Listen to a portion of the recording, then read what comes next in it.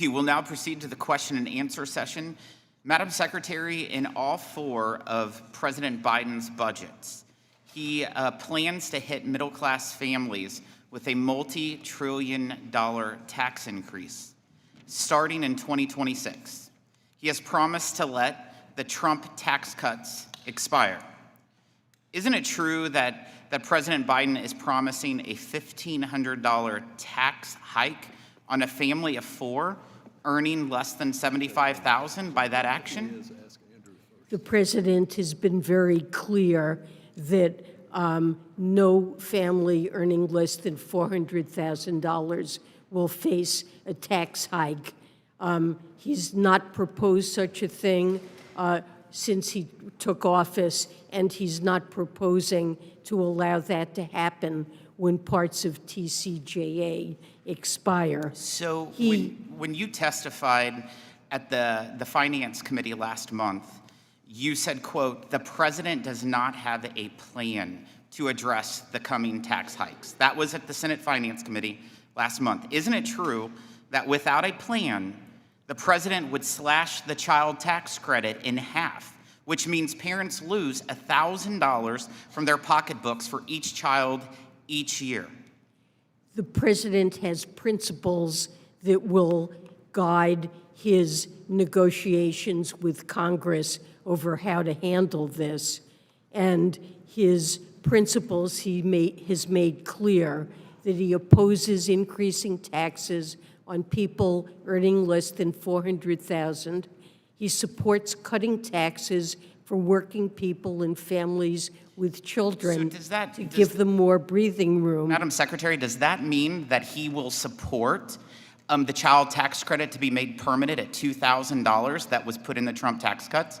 Would the president support that? Because that affects working families.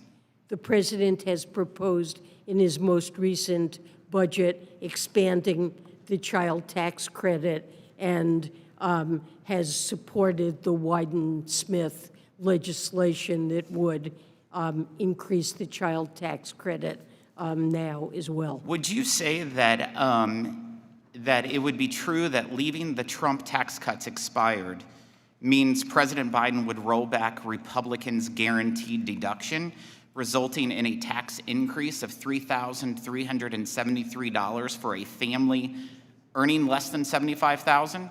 What I said, what the president has clearly articulated, is that no family earning under $400,000 will see their taxes go up in any set of proposals that the president is willing to. So I appreciate that. We have looked at every budget that has been presented, and you have called for the expiration of the 2017 tax cuts.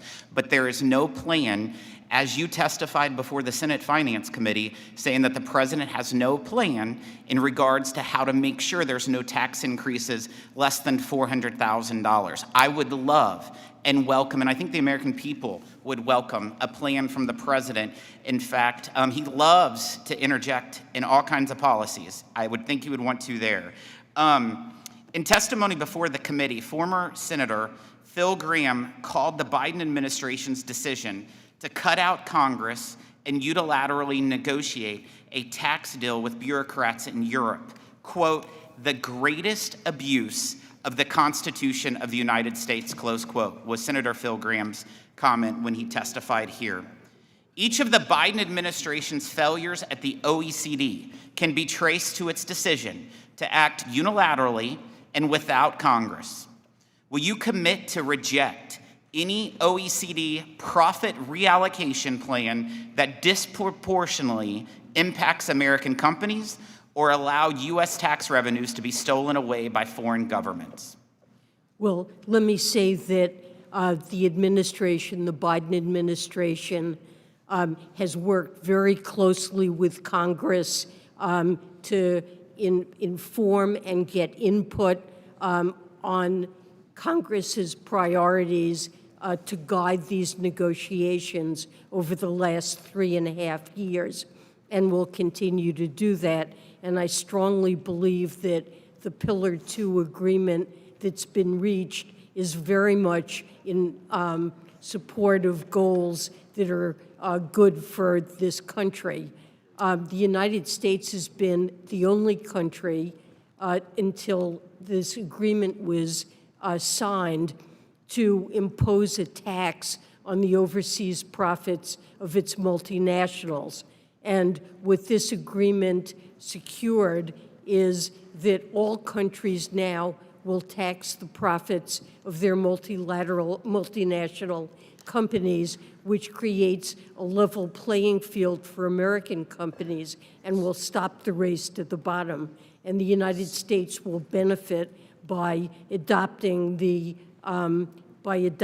minimum tax that's consistent with So, the Secretary Pillar 2 Yellen, agreement. the communication from the very first time we ever had a conversation, I raised the issue, for example, of the research and development tax credit not being accounted for during OECD, but direct government subsidies of the Chinese Communist Party gets much more credit than our research and development tax credit.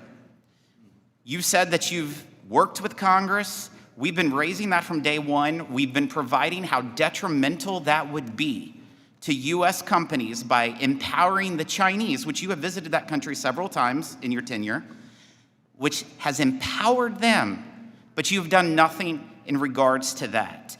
I'm sorry, but we have. What have you done?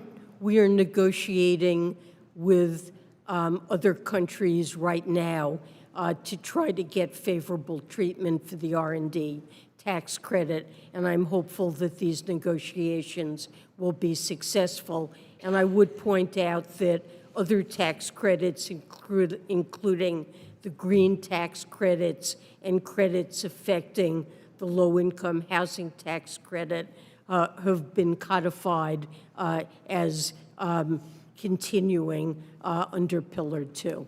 So I'll just reiterate again our concern with almost $200 billion leaving American companies and going to foreign nations under the plan that this administration negotiated with Europeans, that we are adamantly opposed to that. The Democrats' so-called Inflation Reduction Act that was supposed to prevent electric vehicle tax credits from going to foreign entities of concern in China and adversarial nations, but Treasury has created multiple loopholes that will send American taxpayer dollars to Chinese billionaires and Chinese manufacturers.